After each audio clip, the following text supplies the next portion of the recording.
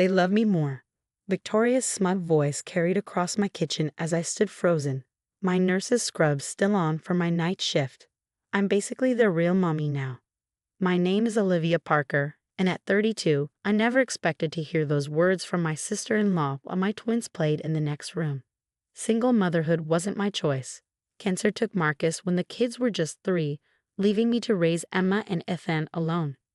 Victoria, Marcus's sister, had offered to help with childcare while I worked nights at the hospital. I thought she was being kind. I was wrong. What did you just say? I managed to keep my voice steady, though my hands shook as I set down my coffee mug. Victoria lounged against my counter like she owned it, her designer outfit a stark contrast to my worn scrubs. Oh, come on, Olivia. You're never here. Someone has to be their mother figure. She examined her manicured nails with an air of superiority. Besides, they started calling me mommy on their own. The room spun slightly as her words sank in. My children, my babies, were being manipulated while I worked exhausting shifts to keep a roof over their heads and food on the table. Before I could respond, Emma's voice drifted from the living room. Mommy Vicky, can we have cookies? Victoria's triumphant smile made my stomach turn. See, they know who really takes care of them. I wanted to scream, to throw her out of my house, to protect my children from her manipulation. But years of handling difficult patients had taught me the value of staying calm in a crisis. How long has this been going on? All months now, Victoria waved dismissively. I've been teaching them about what a real mother should be like. Someone who's actually there, who doesn't abandon them for work every night. She reached for her designer purse. In fact, I've been documenting everything. Want to see their Mother's Day cards to me? Something in me snapped, but not in the way she expected. A strange calm settled over me as pieces started falling into place. The way Emma and Ethan had grown distant, their reluctance to talk about their time with their aunt, the mysterious new toys that appeared despite my strict budget. That's interesting, I said softly, pulling out my phone. Would you mind saying that again? About teaching them to call you mommy? Victoria rolled her eyes. Are you dense? I said I've been showing them what a real mother is like. They call me Mommy Vicky now because they know I'm better for them than you. I hit stop on the recording, my hands steady now. Perfect, thank you. Her smug expression faltered slightly. What are you doing? Getting evidence, I replied, my voice cool. You know, to go with the nanny cam footage. The color drained from Victoria's face.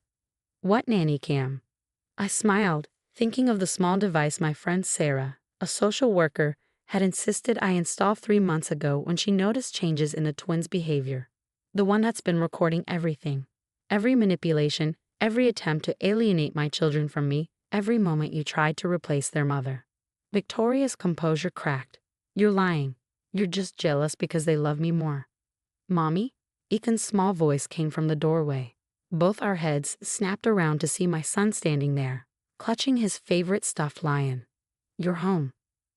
Before Victoria could react, Ethan ran to me, wrapping his arms around my legs.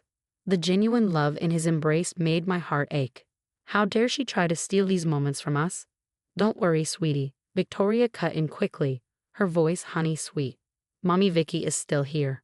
Why don't we? That's enough. My tone could have frozen fire. Emma, honey, can you come here please? My daughter appeared, looking uncertain as she glanced between Victoria and me. The sight of her hesitation made my resolve stronger. This ended now.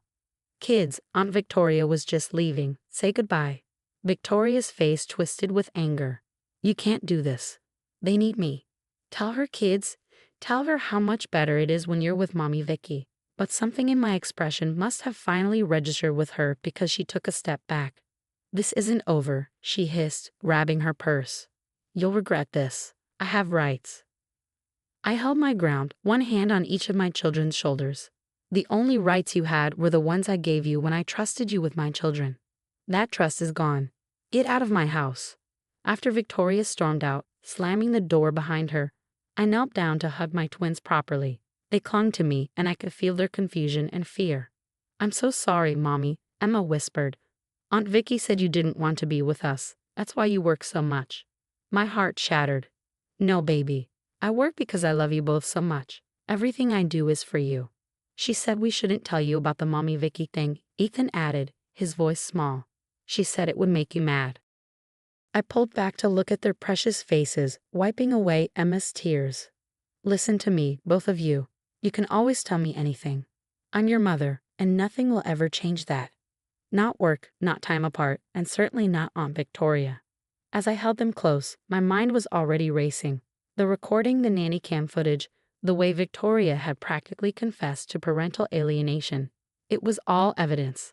But I knew my sister-in-law. This wasn't over. She would try to paint me as the villain, use my work schedule against me, maybe even try for custody. What she didn't know was that I'd been documenting everything too. Every shift I worked to provide for my children, every moment I spent with them, every milestone and memory. I had witnesses, records, and now proof of her manipulation. Victoria thought she could take my children from me. She was about to learn what a real mother was capable of. The next morning, I sat in Sarah's office, watching her face darken as she reviewed the nanny cam footage. My friend had been a social worker long enough to maintain her professional composure, but I could see her jaw tighten with each manipulative scene she witnessed. This is textbook parental alienation, she said finally, pausing the video. Victoria deliberately undermined your relationship with Emma and Ethan. Look here, she pointed to the screen. She's literally coaching them to keep secrets from you. I nodded, my hands wrapped tightly around my coffee cup. She sent me this an hour ago. I handed Sarah my phone, showing Victoria's latest text. The kids are crying for their mommy Vicky. Hope you're happy destroying their happiness. My lawyer will be in touch. Sarah's eyes narrowed. She's trying to intimidate you. Has she made any attempts to contact the children? She's been calling the house nonstop. I blocked her number, but she's using different phones. I pulled out a notebook where I documented every call, every message. She also showed up at their school yesterday. She what? Sarah sat up straighter. The principal called me. Victoria tried to pick them up, claiming she was their primary caregiver.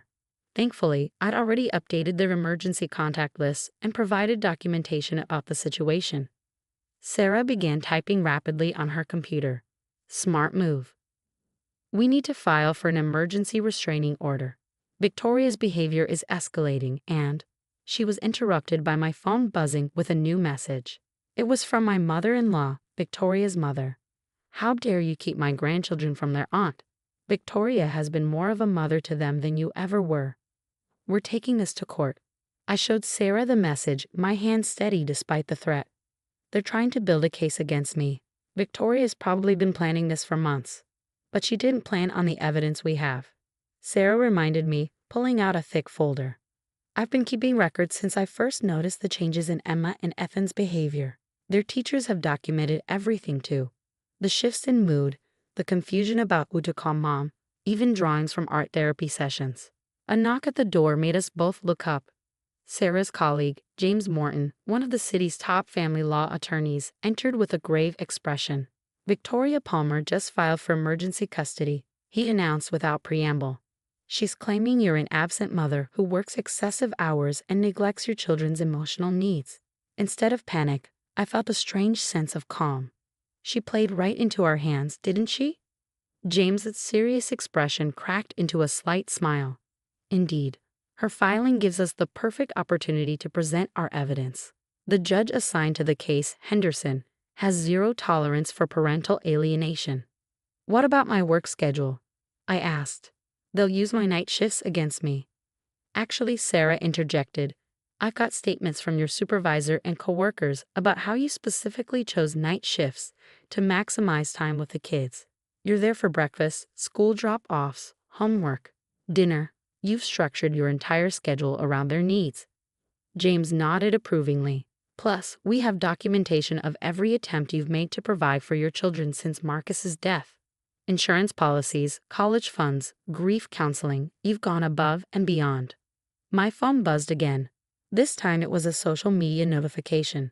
Victoria had posted a long, tearful status about being cruelly separated from my beloved children who need their mommy Vicky. The comments were filling with sympathetic responses from people who didn't know the truth. She's trying to control the narrative, I said, showing them the post. Let her, James advised. Every public post, every message, every attempt to manipulate the situation just strengthens our case. Sarah squeezed my hand.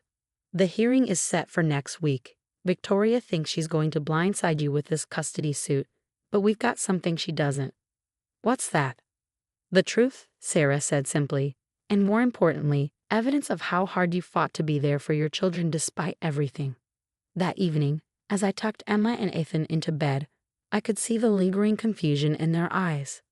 Victoria's manipulation had left its mark, but children are remarkably resilient when shown consistent love and honesty. Mommy? Emma asked as I kissed her forehead. Are we bad for calling Aunt Victoria Mommy sometimes? My heart ached, but I kept my voice gentle. No, sweetheart, you're not bad at all. Aunt Victoria shouldn't have asked you to do that, but it wasn't your fault. She said you'd leave us like Daddy did, Ethan whispered from his bed. I moved to sit beside him, gathering both my children close. Listen to me, both of you. Daddy didn't choose to leave us, he was very sick, remember? And I will never, ever leave you. Everything I do, every moment I work, it's all for you. You're my whole world. As they drifted off to sleep, I checked my phone one last time. More messages from Victoria and my in-laws, more threats, more attempts to make me doubt myself. But they didn't know what was coming. They thought they could use my dedication to my children against me, paint my hard work as neglect. They were about to learn that a mother's love isn't measured in hours present, but in sacrifices made and battles fought.